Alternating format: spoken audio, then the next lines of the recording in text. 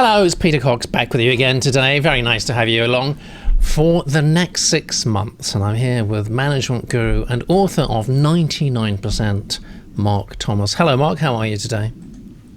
Hello, I'm extremely well, Peter. Thank you. I'm pleased to hear somebody is. So, Mark, you said something a couple of days ago that I found shocking and fascinating.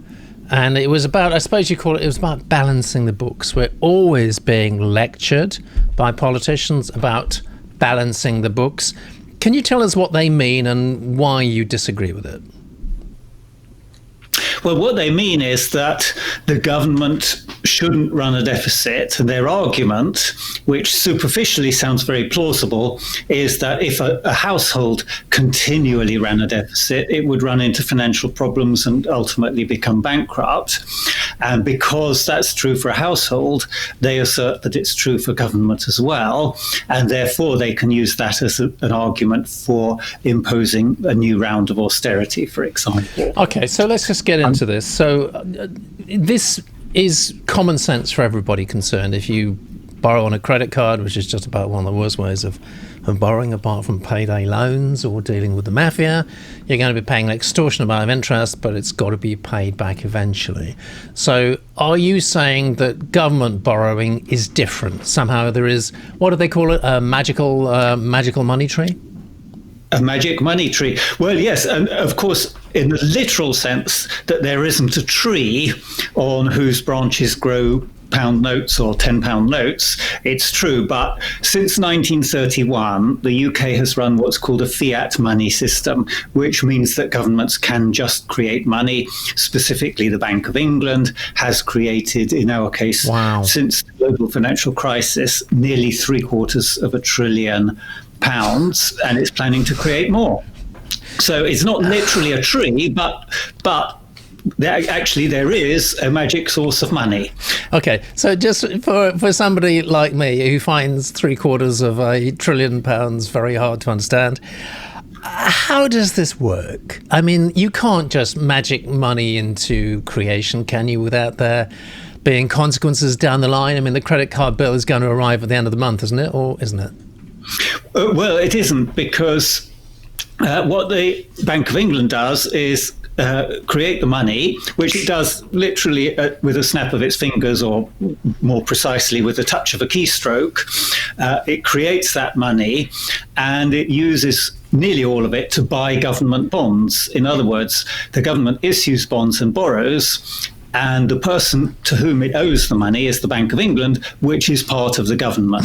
So that means that, roughly speaking, more than a third of the government debt is debt that the government owes to itself. So just as if I owe myself some money, and whether I pay it back or not is really immaterial, because I'm paying it to myself or I'm not paying it to myself, and either way it doesn't make a difference. So that's the first reason why this idea of balancing the books doesn't make sense. But there's an even more fundamental reason, actually, why it would be positively a bad idea to do it.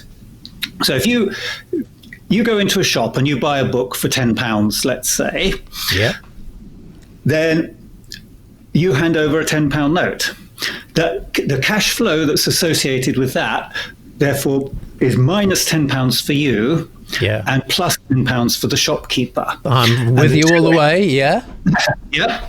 So far, so obvious. Yeah. So each person's expenditure is somebody else's income, also obvious. Yeah.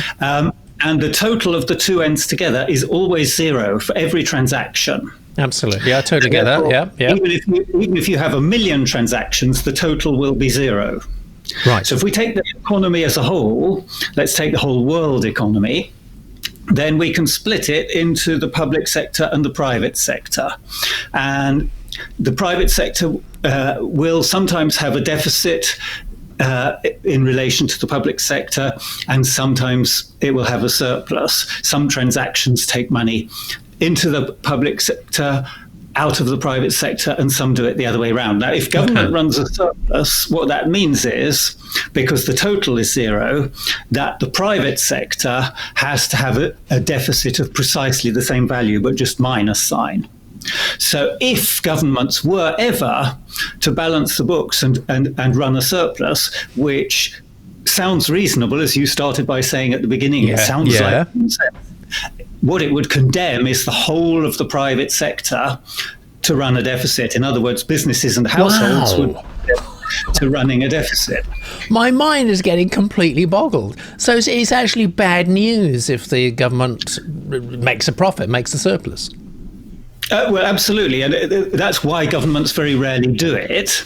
They occasionally do it if the economy is overheating and they need to slow it down, because in effect, running a government surplus is taking money out of the economy, and you can slow it down if it's overheating. But most of the time they don't do that. And the reason they don't do it is because usually it's followed either by a slowdown or an outright recession.